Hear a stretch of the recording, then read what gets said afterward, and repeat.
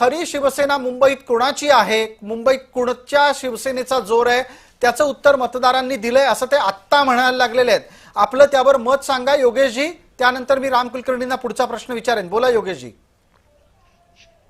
नाही काय मी परत एकदा सांगतो की हे कल आहेत आणि अनेक वॉर्डांमधील मतमोजणी अजून सुरू व्हायची आहे। काय वॉर्डांमधील मतमोजणी नुकताच सुरू झालेली आहे, त्यामुळे लगेच या संदर्भात मत व्यक्त करणं चुकीचं ठरेल। अजून गोष्टी पुढे येऊ द्यात, अजून बऱ्याच गोष्टी पुढे व्हायच्यात।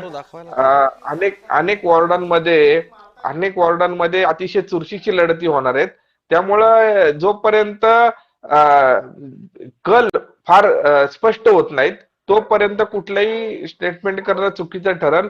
पण आपण जे म्हणताय की शिवसेनेच्या बाबतीत आणि मराठी माणसाच्या बाबतीत तर दोन्हीची उत्तरं या निकालातून मिळतील। जी योगेश खैरे यांच्यापर्यंत पोहोचूयात। योगेश खैरे यांनी आता जे मतप्रदर्शन केलं त्याच्या अनुषंगाने मी पटकन राम कुलकर्णींपर्यंत जातो। राम कुलकर्णी याचं उत्तर द्या, आत्ताच्या स्थितीला, मुंबईतल्या स्थितीला जबाबदार कोण, पण तत्पूर्वी येणाऱ्या ताज्या संदर्भातली महत्त्वाची बातमी प्रणिता बोरसे आपल्याला बातमी देतात। बातमी मुंबईतून येते 183 मधून, प्रभाग क्रमांक 183 मधून काँग्रेसच्या आशा काळे विजयी झाल्या। मुंबईत काँग्रेसची विजयी सलामी, काँग्रेसनं खातं उघडलेलं आहे। काँग्रेसची एक विजयी सलामी आशा काळे या विजयी झाल्या प्रभाग क्रमांक 183 मधून। तर तेजस्वी घोसाळकर ह्या सध्या पिछाडीवर आहे अशी माहिती समोर येते, तर कौलगे हे पुढे आहेत। मुंबईमधली ही महत्त्वाची माहिती समोर येते। काँग्रेसची विजयी सलामी पुन्हा एकदा जाणार आहे चर्चेकडे। प्रसाद सर जी पटकन यावरची प्रतिक्रिया आपल्याला सोबत कपिल ढोके देतील। अभिनंदन, पहिला विजय काँग्रेसच्या खात्यात गेलाय मुंबईतला। निश्चितच चांगली बातमी आहे। मी पुन्हा एकदा सांगतो की काँग्रेस लोकांच्या प्रश्नांवर लढलेली आहे। मुंबईकरांच्या मूळ भावना लक्षात घेऊन आम्ही ही निवडणूक लढलो।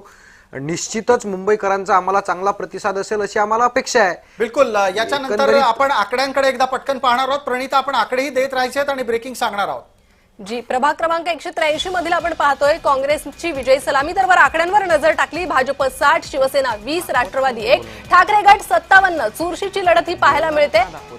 मनसे 7 अशी ही आकडेवारी सध्या समोर येते। मुंबईतलं हे चित्र आहे, आणखी चित्र स्पष्ट व्हायला काही वेळ लागेल, मात्र त्याआधीची ही आकडेवारी आहे ती बोलकी आहे। मुंबईत चुरशीची लढत पाहायला मिळते।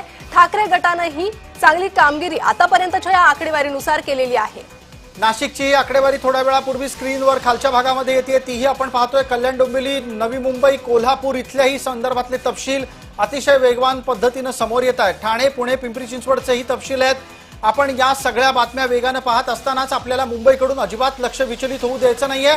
मुंबईचा आकडा बदललाय। भारतीय जनता पार्टी 63, ठाकरे 60, फार फरक नाही, 3चाच फरक बऱ्यापैकी कायम राहिलेला आहे।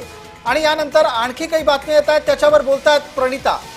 अगदी मुंबईतला हा फरक अगदी 3 वर आलेला आहे। भाजप 60, भाजप 63 आणि ठाकरे गट 60 अशी ही आकडेवारी